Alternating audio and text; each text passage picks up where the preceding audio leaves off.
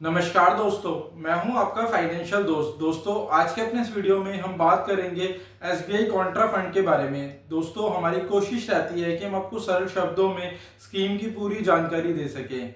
दोस्तों, वीडियो शुरू करने से पहले आपसे छोटी सी रिक्वेस्ट है कि अगर आपने हमारा चैनल अभी तक सब्सक्राइब नहीं किया है तो प्लीज़ इसे सब्सक्राइब करें। तो दोस्तों, आज का अपना वीडियो शुरू करते हैं।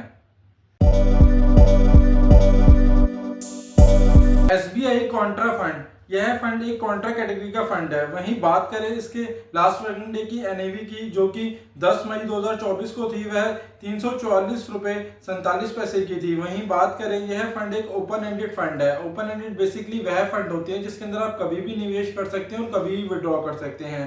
वहीं बात करें इस फंड के बेंचमार्क की, तो उस फंड का benchmark BSE 500 total return index का रहने वाला है। वहीं बात करें इस फंड पे लगने वाले एग्जिट लोड की, तो इसके ऊपर 1% का एग्जिट लोड लगेगा यदि आप 1 साल से पहले विड्रॉ करते हैं। वहीं अगर आप 1 साल के बाद विड्रॉ करेंगे तो उस पर किसी प्रकार का कोई एग्जिट लोड नहीं है।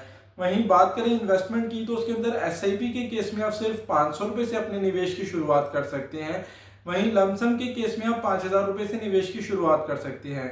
वहीं बात करें इस फंड के एक्सपेंस रेशो की, तो इस फंड का एक्सपेंस रेशो 1.6% का है।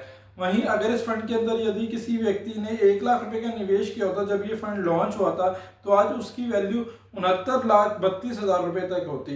वहीं अगर आप इसका SIP का भी सालाना रिटर्न देखेंगे तो इसने 20% से ज्यादा का ही सालाना का रिटर्न दिया है। बात करें पास्ट रिटर्न की, तो इस फंड ने पिछले 1 साल के अंदर 44% से ज्यादा का रिटर्न दिया है। वहीं 2 सालों में 32% से ज्यादा का रिटर्न दिया है। 3 सालों में 29% से ज्यादा रिटर्न दिया है और 5 सालों में 26% से ज्यादा का रिटर्न दिया है। वहीं अगर हम इसका कंपैरिजन इसकी कैटेगरी वाइज रिटर्न से करते हैं, तो इसने पिछले 1 साल में 43% से ज्यादा का रिटर्न दिया है। 2 सालों में 29% से ज्यादा का रिटर्न दिया है।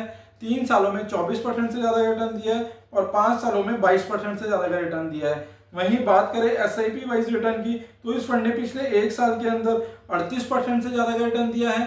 2 सालों में 35% से ज्यादा रिटर्न दिया है। 3 सालों में 29% से ज्यादा रिटर्न दिया है और 5 सालों में 33% से ज्यादा का रिटर्न दिया है। वहीं अगर हम इसका कंपैरिजन कैटेगरी वाइज रिटर्न से करते हैं, तो उसने पिछले 1 साल में 39% से ज्यादा रिटर्न दिया है। 2 सालों में 33% से ज्यादा रिटर्न दिया है। 3 सालों में 26% से ज्यादा का रिटर्न दिया है और 5 सालों में 27% से ज्यादा का रिटर्न दिया है। तो आप देख सकते हैं कि दोनों ही केस में, चाहे वह SIP हो या लमसम, दोनों ही तरह के केस में इस फंड ने हर एक साल अपनी कैटेगरी को बीट किया है।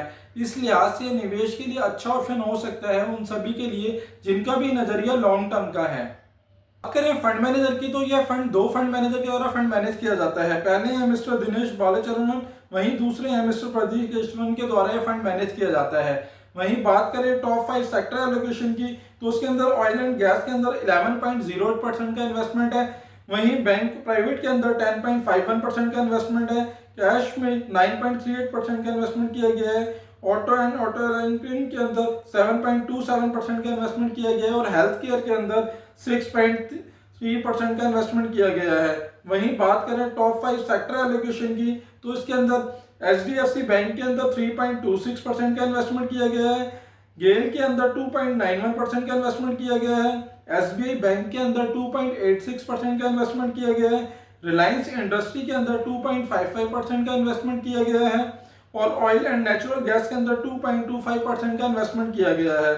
वहीं बात करें अगर इसकी ओवरऑल इन्वेस्टमेंट की, तो उसके अंदर सबसे ज्यादा पोर्शन लार्ज कैप के अंदर इन्वेस्टमेंट किया गया है। लार्ज कैप के अंदर 14.29% का इन्वेस्टमेंट किया गया है। वहीं मिड कैप के अंदर 31.75% का इन्वेस्टमेंट किया गया है और स्मॉल कैप के अंदर 11.05% का इन्वेस्टमेंट किया गया है। और कुछ इन्वेस्टमेंट कैश के अंदर भी रखा गया है जो कि 16.92% का रहने वाला है।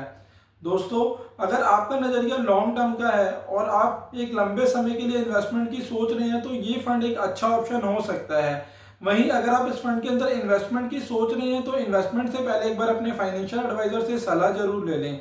दोस्तों, आशा करता हूं मेरे द्वारा दी गई जानकारी आपके लिए उपयोगी सिद्ध होगी और यदि आपको वीडियो अच्छा लगा हो तो प्लीज़ इसे लाइक शेयर करें और चैनल अभी तक आपने सब्सक्राइब नहीं किया है तो प्लीज़ इसे सब्सक्राइब करें। साथ ही साथ अगर आपका कोई सवाल या सुझाव हो तो आप हमें नीचे कमेंट बॉक्स में कमेंट भी कर सकते हैं। धन्यवाद दोस्तों।